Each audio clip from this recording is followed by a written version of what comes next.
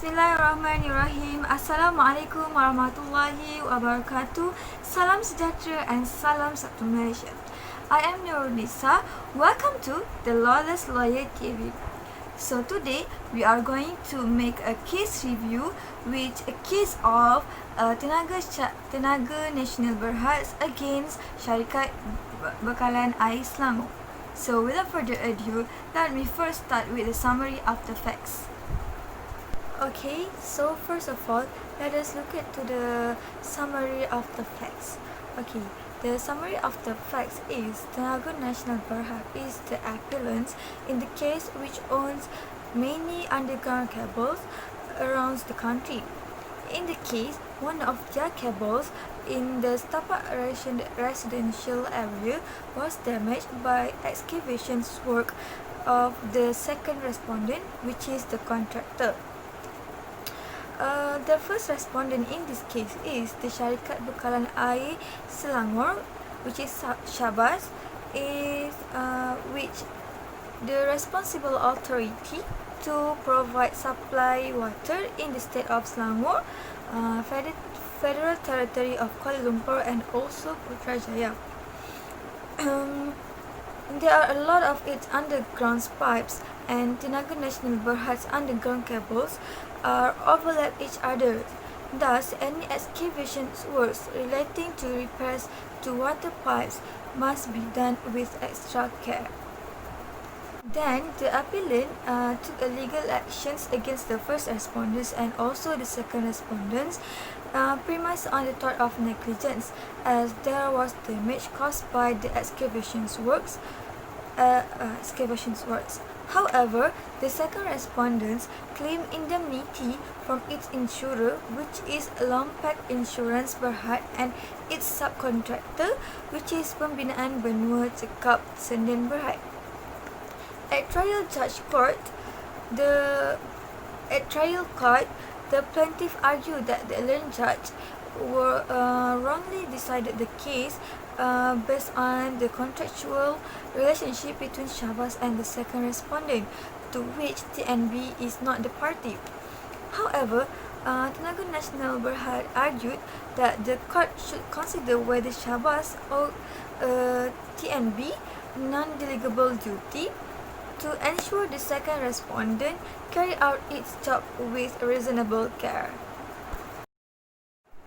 Okay, before we proceed with the decisions of the Court of Appeal, let us look at the decisions of High Court first. Okay, after a full trial, the learned judge held that the second respondent was liable for the appellant's claim in the sum of 1,499,983 ringgit 60 cents. The first respondent were not vicariously liable for the act of the second respondent. The claim made by the second respondent against Lompat was sustained by the High Court in the sum of 850,000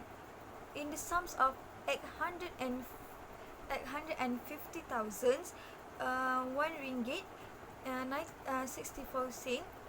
However, the claim against the subcontractor was dismissed. So now the appeal court decisions. Okay, the appeal court had allowed the appeal made by the appellants with the cost in the sum of 30,000 subject to payment of allocator fees. Also, the court set aside the High Court orders to the extent of this appeal, which decided the judgment for the appellant in the sum of 1,499,938 ringgit 60 cents, with interest of 5% PA from the date of judgment to the settlement. The general damages to the assets with interest of 5% PA on the amount of general damages from date of assessment of the general damage to the settlement. Thus, also the deposit need to be refunded. Next is the summary of the judgment. Okay, first of all, I would summarize the High Court decision and rationale first. Okay, The judge could not justify plaintiff's action as against Shahbaz, although there was some evidence to the effect that some kind of the lapses, as there were not adequate monitor or supervisions on the part of Shahbaz staffs. It is not sufficient to challenge clear liability on the part of the second defendant. Then the court stated that there was a provision which a contract between the both parties already clearly stated all the guidelines, the terms and conditions which the contractor are obliged to comply. As stated in this clause, in the clause 12, the second respondent is obliged to in fact allocate and ascertain the position of the services, which includes pipe, drains and cables. So all the expenses of the damage should be borne by the contractors and shall keep Shahbaz indemnified at all times from all claims of kind of such damage, as guided by the provisions of this contract, clause 12, clause 14, clause 4, clause 9 and clause 4C, subsection C of the DBKL permits. Therefore, there was a duty of the second respondent, which is the contractor, to notify DBKL and TMB prior to commencement of their works. Okay, next is part of negligence. Okay, the defendant, the contractor, first have failed to take reasonable steps to inquire whether there were any underground cables in the vicinity of the intended excavation works prior to commencing the same. Secondly, failed to detect and ascertain the existence and placement of the plaintiff's cable before carrying out excavation works in the proximity of the plaintiff's cable. Thirdly, failed to take heed of a notice dated on 16th of April in 2008. Fourthly, failed to engage and employ competent and to supervise the carrying out of the excavation work. Okay, next, the defendant also carry out excavation. The contractor also carry out excavation works in the proximity of the plaintiff's cable without exercising due care, and also the defendant, the contractor, failed to take all reasonable precautionary steps before and while carrying out the excavation works in the proximity of the plaintiff's cable. Lastly, the plaintiff will further rely on the damage to the plaintiff's cable are evidence of negligence. So now, in the part of non-delegable duty, under such non-delegable duty concept, a defendant cannot plead as a defense that the other party is an independent contractor not under its control. The defendant relevant fault is that the defendant has to ensure that the other party has performed its task with reasonable care. Okay, a case of Woodley against Essex County Council in 2014, the Lord Sumption had to say under what circumstances will non-delegable duty to be imposed. There are two. Firstly, the defendant employs an independent contractor to perform some functions either hazardous or liable to become so in the course of his work. In Honeywell and Steen Limited against Larkin Bros, the principle more broadly to extra hazardous. The justification was if there is one probably in a specific public policy for operations involving exceptional danger to the public. Okay, the second category of non-delegable duty, which derived from the case of Woodland, is directly in point as it comprises cases where the common law imposes a duty upon the defendant which has three characteristics.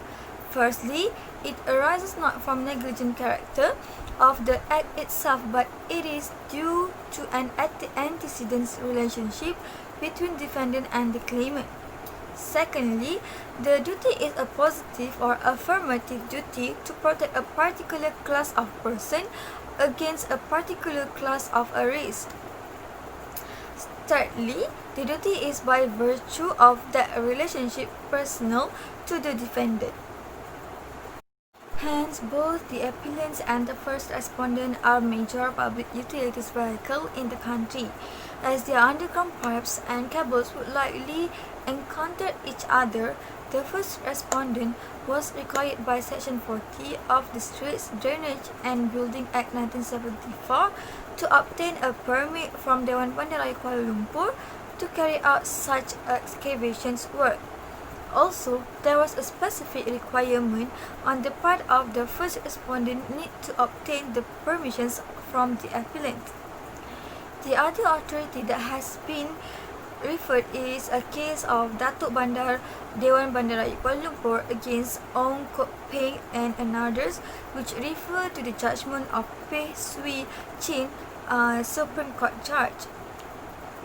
If the independent contractor is the third party in this case was not involved, then the defendant Datuk Bandar was liable. However, he was not liable. Okay, there are the exception in the situation, which are where an employer has not exercised care in selecting a competent contractor, as was much pressed in argument in the present case. Okay, when the duty to take care is said to be non-delegable, the exceptions of cases strict liability above mentioned refer to the case of such strict liability at common law, which is Reliance against Fletcher, which the exceptions cover all cases involving extra hazardous acts or omissions or situation created by them, which all involve special danger to others. So now we are going to look at the legal analysis, which most of the case of this case was most likely tell about the vicarious liability. Okay, so this doctrine put the master is to be held liable for employing a negligent employee for failure to control an employee. It is because the master derives benefits from the employee's services, therefore he should be liable. Besides, the master will be in better financial position to compensate the injured third party. So there are two requirements of vicarious liability. Actually, there are three. Okay, so firstly, wrongful or tortious act. As we can see in this case, the excavations work had caused damage to the underground cables for appellants due to the contractor did not take enough precautions. Secondly, special relationship, as vicarious liability only can be applied if the defendant had the special relationship with the third party. So in this case, the defendant, which is the respondent, Shabas, which is the employer to the independent contractor. So thirdly, the tort must occur within the course of employment, which is the tortures must be done in the course of in the time the contractor was in the contract with the defendant. Okay, liability in respect of independent contractors. Okay, in general rule, the employer is not liable for the tort committed by the independent contractor. However, an employer may be liable if the employer is deemed to have committed a tort himself. There are four situations. Firstly, employer authorizing the commission of a tort. Okay, a person who instigates, procures or authorizes another to commit a tort deemed to have committed the tort himself. The principle applies even though the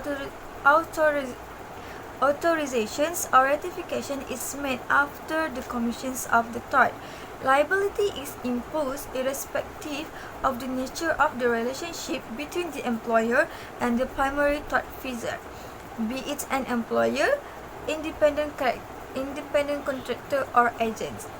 Okay, second situation is tort which do not require intentional or negligent conduct by the tortfeasor. The court need be authorized or instigated by the employer as long as the requirements under each particular tort are fulfilled. The tort is established and liability may be shifted over to the employer. The third situation is negligence of the employer.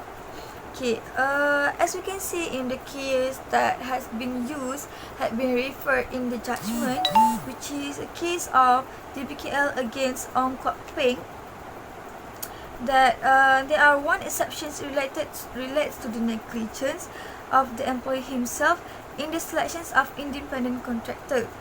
So the employee may be liable if the damage is caused by the incompetence of his independent contractors in carrying out their duty, as this will be construed as the employer's personal negligence in failing to employ competent and skilled independent contractors. And last one is non-delegable duties. Okay, an employee is also liable where the duty is non-delegable. Non-delegable duties include activities that are inherently dangerous and damage is readily foreseeable that the employee is prevented from shifting his duty of care for the independent contractor. So, the test seems to be whether the activity is inherently dangerous, so that the employer has the duty to see that the appropriate level of care is discharged, whether by this contractor or not, and he is therefore answerable and liable for any ensuing damage. Besides that, inherently dangerous operation on or near a highway impose a duty that is non-delegable on the employer.